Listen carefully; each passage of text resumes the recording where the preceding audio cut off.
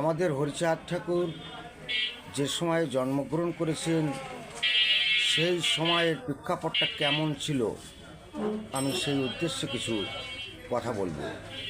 হরিচাঁদ ঠাকুর যে সময় জন্মগ্রহণ করেছেন ঊনবিংশ শতাব্দীর সেই উষালগ্নে বাংলা ছিল ঘোর অন্ধকারে আচ্ছন্ন।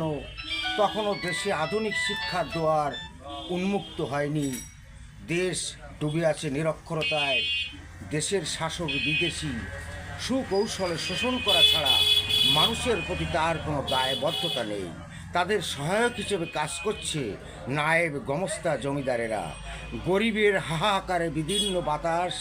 দেবদেবী আছেন ৩৩ কোটি, কিন্তু মানুষের দুঃখ দূর করার কেউ নেই। ধর্ম সংস্কারের নতুন হাওয়া তখনও ওঠেনি।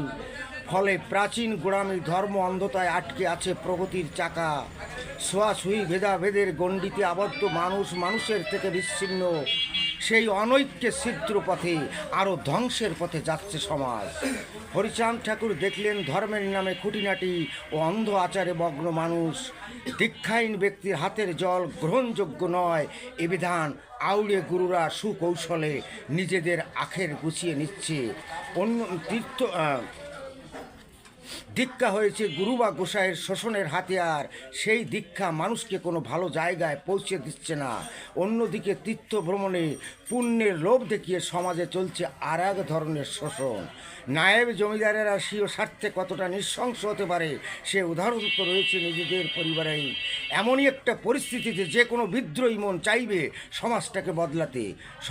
বদলটা হবে ত্রিবিধ, আর্থিক, সামাজিক, ধর্মীয়।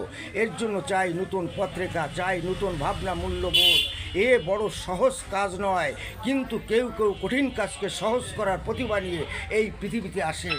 হরিচাঁদ ঠাকুর সেই বিরলতমের মধ্যে একজন। তিনি উচ্চকণ্ঠে গাইলেন সাম্যের গান। মানুষে মানুষে নাই ভেদাভেদ, গড়ে তোলো সম্প্রীতি।